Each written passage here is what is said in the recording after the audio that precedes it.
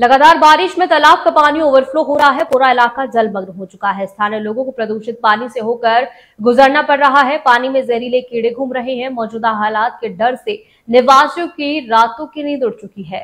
स्थानीय लोगों ने पानी की समस्या से राहत पाने के लिए अपना गुस्सा निकाला। नदिया के शांतिपुर हरिपुर पंचायत के अंतर्गत नरसिंहपुर उत्तर कॉलोनी इलाके की घटना है। स्थानीय लोगों की शिकायत है कि आषाढ़ महीने की शुरुआत से ही लगातार बारिश हो रही है। गुरुवार रात बारिश की तीव्रता और बढ़ गई है और आधी रात से रहने वाले क्षेत्र से सटे एक तालाब का पानी ओवरफ्लो होकर पूरे इलाके में घुसने लगा।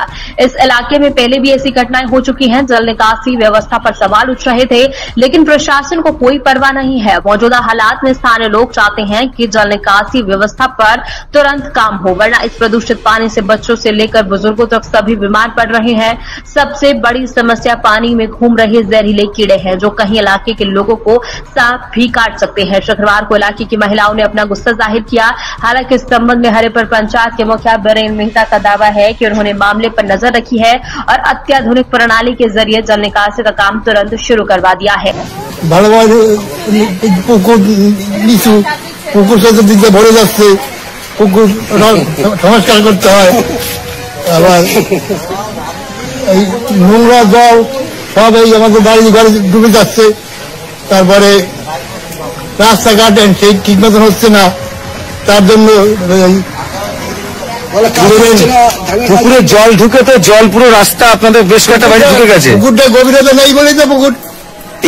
যদি আপনার এলাকায় যে উত্তর কলোনি, সেখানে দেখা যাচ্ছে একটা পুকুরের জল ভেসে বিভৎস পরিস্থিতি, এলাকার পুরো জলমগ্ন হয়ে গেছে। রাস্তাঘাটে মানুষ চলাচল করতে পারছে না। সবথেকে বড় কথা হচ্ছে এই জলের উপর দিয়ে বিষাক্ত পোকামাকড় উপদ্রব বেড়েছে। আতঙ্ক রয়েছে এলাকার লোক। তারা চাইছেন নিকাশি ব্যবস্থা দ্রুত ঠিক করতে, না হলে তারা হয়তো জীবনযাত্রা বন্ধ হয়ে যাবে, ওখানে কিন্তু স্তব্ধ হয়ে যাবে সবাই। কি বলবেন?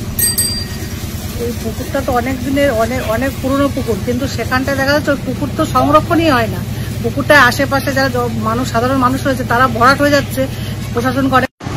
দাদা, আপনার পঞ্চায়েতের অন্তর্গত যে উত্তর কলোনি বলে জায়গাটা, সেখানে দেখা যাচ্ছে একটা পুকুর থেকে জল, মানে একদম দূষিত জল, সেই জল উঠছে গিয়ে এলাকার মধ্যে ঢুকে গেছে। জলমগ্ন পরিস্থিতি, পোকামাকড় ভাসছে, আতঙ্ক রয়েছে এলাকার মানুষ।